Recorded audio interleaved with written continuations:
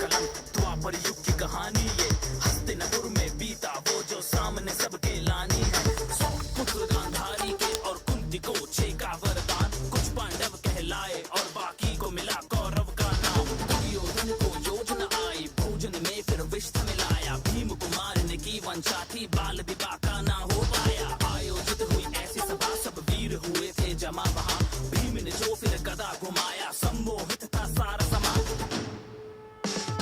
जाति कुल सम्मान को लेकर कौशल का देने प्रमाण, कर्ण ने अर्जुन को ललकारा सूत पुत्र को मिली पहचान। ऐसा फिर षड्यंत्र रचा जो पांडु वंश का अंत करे, बचा लिया पर विदुर ने उनको पांडव वन पर स्थान करे। फिर ऐसा संदेशा आया न्योता जो स्वयंवर का लाया, होड़ मची थी वीरों की पर अर्जुन का परचम लहराया। भ्राता और पत्नी सहित घर को अब वो लौट चले, दिन देखे माता ने कहा वो शब्द भी दिल को भेद चले। शकुनी का प्रपंच सुनो पासों को फेंका जाल बुना, धर्मराज कुछ समझ न पाया राजपाट संग मान गवाया।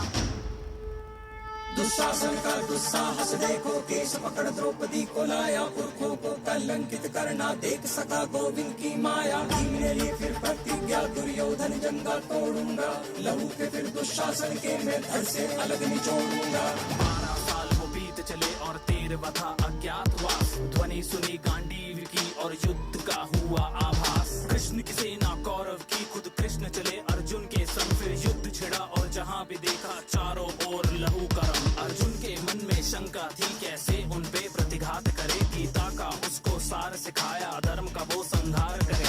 युद्ध का आया पहला दिन, तीरों की वर्षा होने लगी, भीष्म जो आए रथ पे तो पांडु सेना भी ध्वस्त लगी। दूजा दिन जब युद्ध का आया अर्जुन ने कौशल दिखलाया, शस्त्रों की टकरार हुई और भीष्म न आगे बढ़ पाया। वरदान मिला था मृत्यु भी इच्छा से हो, पर शस्त्र उठे ना सामने जब शिखंडी हो। खुद ही अपना राज बताया, मौत को फिर खुद गले लगाया। अर्जुन तीरों से शैया बनी, प्यास लगी पितामह को तो वो भी अर्जुन से ही बुझी। जिसको कोई तोड़ सके ना ऐसे व्यू की रचना कर दी, तोड़ दिया एक बालक ने उस अभिमन्यु की हत्या कर दी। कैसा इनका हट है और कैसा इनका है ये धर्म, एक तरफ जलती है चिता और दूजी ओर छलनी है बदन। युद्ध हुआ वो ऐसा भीषण तीर चला और दूजा आया, कर्ण जो रथ से उतरा तो एक तीर हृदय को चीराया। हुआ सर्वनाश था चारों ओर, अब विनाश था चारों ओर, धड़ सर से अलग अब गिरने लगे, अधर्मी अब सब मरने लगे।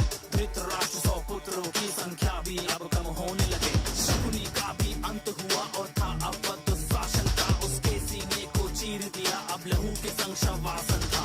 दुविधा में दुर्योधन था, जीत का कोई आसार नहीं, युद्ध में कैसे विजय मिले जीवन का बस आधार यही।